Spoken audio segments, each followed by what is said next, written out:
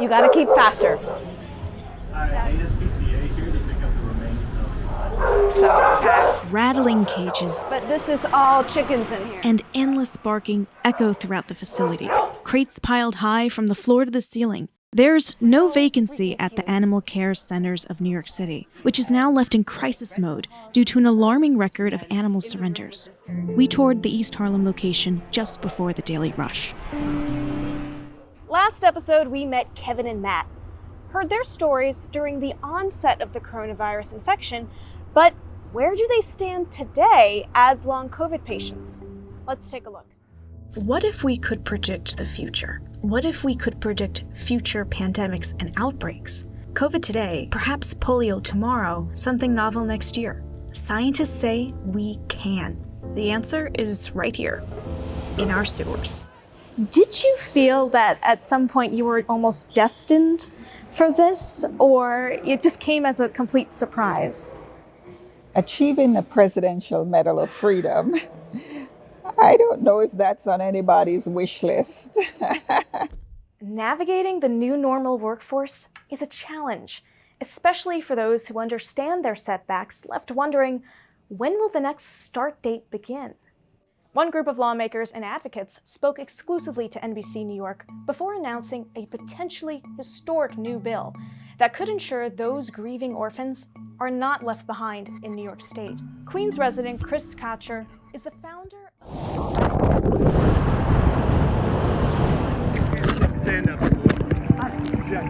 gonna kind of hover here for a couple of seconds, just make sure nothing seems, odd. This year, there have been at least 6 known shark encounters in New York. The state is on track to break its record 8 incidents from last year. But these lifeguards patrolling the beach want you to know there's nothing to fear. Do you ever get scared? I've been lifeguarding on this beach for 26 years. I do it. Just like this, and I just roll. Just jump in. Okay. New for summer of 2023, we now have a wave runner. It's what we call in surf lifesaving or lifeguarding our rescue watercraft. We've got lifeguards up in stands. We've got lifeguards flying drones looking down from the sky. And what's really nice is a vantage point is you could be safely on one of these rescue watercraft in the water and have a vantage point that's a little bit different from all the others. One 74-year-old vegan is showing New Yorkers that you don't have to travel that far to find edible plants and mushrooms. Some are in your own backyard. Okay, here's the first plant we're looking at. Everyone take one. If you can get the root out, all the better, because the root is edible too. If you ride the F or M subway, this is for you. A major track replacement project is underway, causing significant service changes. Thank you, baby. I love you so much. Love you too.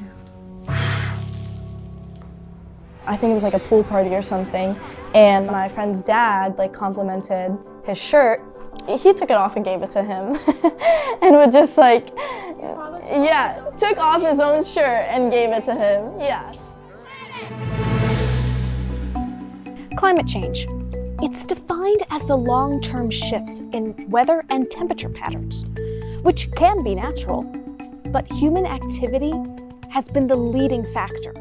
Once the world's largest landfill is now transforming into New York City's largest park.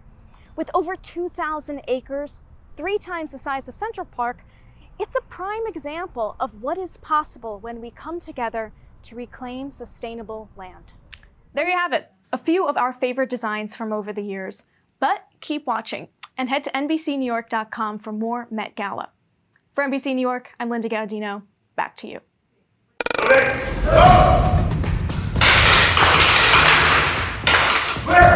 Protect you secure. Stay low, straight to the car. All the way across.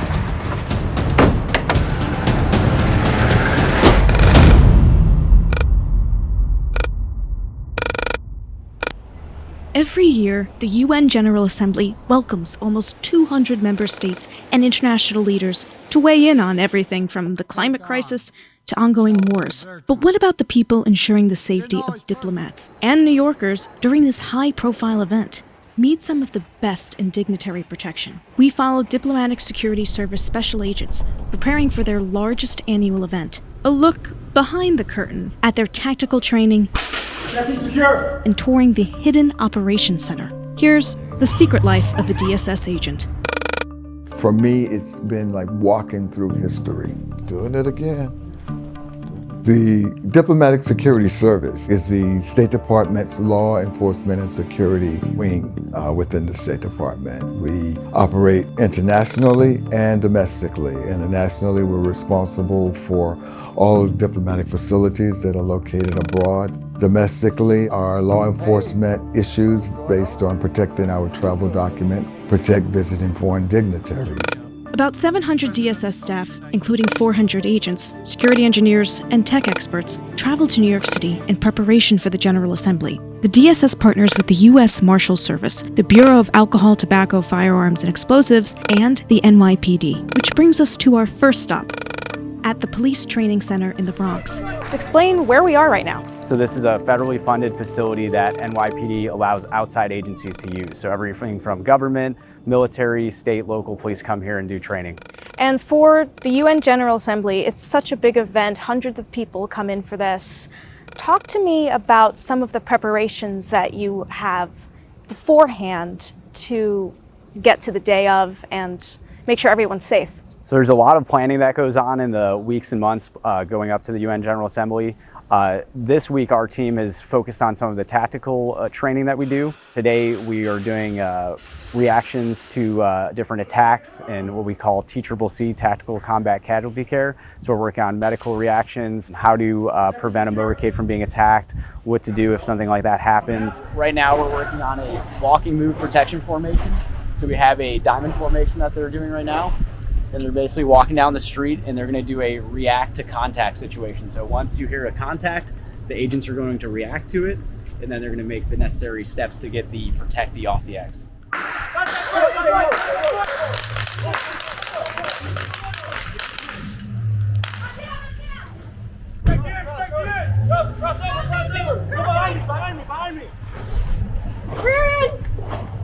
Just going through some medical training today with some agents.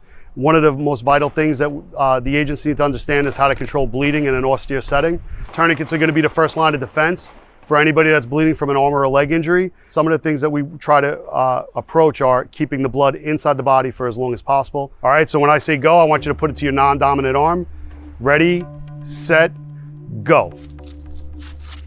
So our goal is to actually make it so where they stop the bleed within that 15 to 20 second mark. Next, we were off to the Diplomatic Protection Operations Center, a centralized command monitoring radio channels and city activity around the clock. This year, the location is secured in a hotel in Midtown Manhattan. So basically what these are, they're just antennas that hook up to the radios, and what they do is they provide support for the diplomatic security details. Channel and radio support is their primary. Last, but certainly not least, I was able to play dignitary myself, getting the full motorcade experience escorted by a special agent squad. As we rolled up to the UN, I couldn't help but notice the careful attention to detail. What is a trait that makes a special agent the best special agent? Agility, being able to multitask, being open to multiple cultures. What do you like most about the job? I would say every day is different. Just last week I was on the border of Chad and Sudan. This week we're here at the United Nations General Assembly. Next week it could be Europe. So you never really know where the job's going to take you, and there's a lot of great opportunities here. Reporting from the United Nations, for NBC New York, I'm Linda Gaudino.